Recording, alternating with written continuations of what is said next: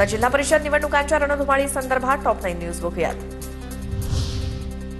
उपमुख्यमंत्री एकनाथ शिंदे यांचा जिल्हा परिषद निवडणुकीमध्ये सभांचा धडाका। राज्यभरात एकनाथ शिंदेंच्या 30हून अधिक सभा आणि रोड शो होणार। जिल्हा परिषद निवडणुकीतही शिवसेनेचं मायक्रो प्लॅनिंग। रत्नागिरी जिल्हा परिषदेच्या 56 गटांना 229 अर्ज तर पंचायत समितीच्या 112 गणांसाठी 434 अर्ज दाखल। उमेदवारी अर्ज मागे घेण्याचा आजचा शेवटचा दिवस। कराडमध्ये भाजपचे बंडखोर अपक्ष उमेदवार विद्या रामकृष्ण बेताळ आणि अमित पाटील यांच्याकडून प्रचार सुरू। जिल्हा परिषद आणि पंचायत समिती निवडणुकीसाठी प्रचाराचा शुभारंभ।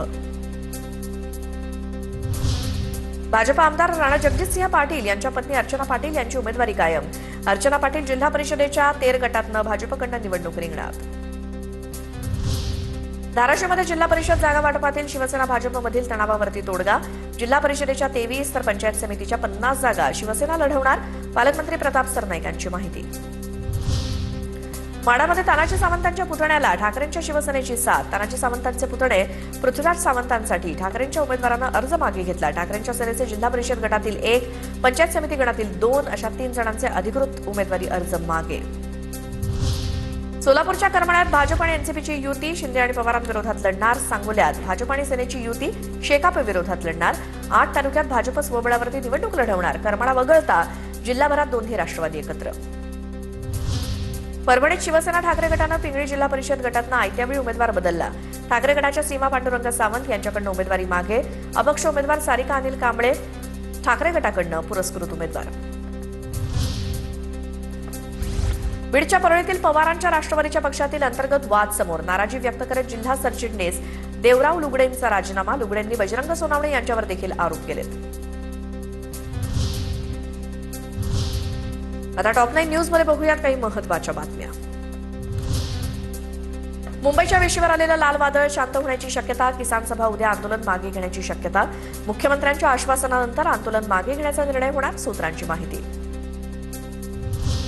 मनसे अध्यक्ष राज ठाकरे यांनी बोलावली पक्षाची बैठक। उद्या सकाळी वांद्र्यातील एमआयजी क्लबमध्ये बैठक होणार। मुंबई महापालिका निवडणूक लढलेले उमेदवार बैठकीला येणार। तर मुंबईतील पक्षाच्या विभाग अध्यक्षांना देखील बैठकीला बोलावलं। अमित ठाकरेंच्या पत्राचा उल्लेख करत राज्यातील सर्व शाळांमध्ये मराठी सक्तीची अंमलबजावणीचे आदेश। सर्व माध्यमांच्या शाळांमध्ये मराठी भाषा अध्यापन आणि अध्ययन सक्तीनं राबवण्याचे स्पष्ट निर्देश। ओबीसींच्या आरक्षण प्रश्नावरती सुप्रीम कोर्टाची सरकारला नोटीस। सुप्रीम कोर्टाची राज्य सरकार आणि राज्य निवडणूक आयोगाला नोटीस। बांठी आयोगाचा 2022चा अहवाल रद्द करण्याच्या मागणीवरती नोटीस।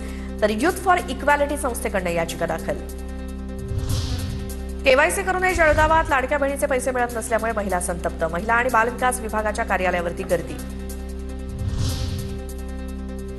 आज बँक कर्मचाऱ्यांचा देशव्यापी संप। 2 वीक ऑफ देण्याच्या मागणीसाठी 10 लाख बँक कर्मचारी संपावर। भंडाऱ्याच्या पवनी उमरेड करांडला अभयारण्यामध्ये पर्यटकांना 4 वाघांचं दर्शन। व्हिडिओ सोशल मीडियावरती व्हायरल। नामदेव बोडकेंनी मोबाईल कॅमेरामध्ये दृश्य केली कैद। नाशिकच्या गंगापूर रोड परिसरामध्ये हिट अँड रनचा थरार। भरधाव 4 चाकीची दुचाकीला पाठीमागून जोरदार धडक। अपघातात दुचाकीवरील 2 जण गंभीर जखमी। घटना सीसीटीव्हीत कैद। छत्रपती संभाजीनगरच्या विमानतळावरील नामफलकामध्ये बदल। भगव्या रंगाचा शेड, पांढरा रंग आणि सुवर्ण रंगाच्या बॉर्डरमध्ये छत्रपती संभाजीनगर विमानतळाचा नवा फलक। मराठी, हिंदी आणि इंग्रजी अशा 3ही भाषेत फलक लावण्यात आलाय।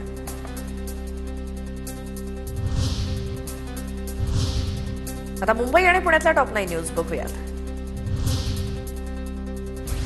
मुंबईतील 12 विभागात आजपासून 10% पाणी कपात। नागरिकांना पाण्याचा काटकसरीनं वापर करण्याचे पालिका प्रशासनाकडून आवाहन।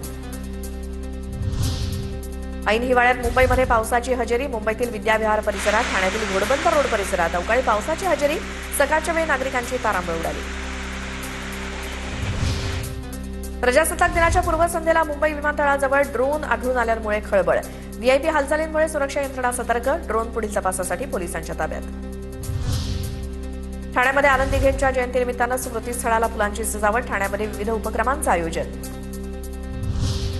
पुण्यामध्ये 11 महिला पाणी शुद्धीकरण प्रकल्पांचं काम सुरू। महापालिका आयुक्त नवल किशोर राम यांनी केली पाहणी।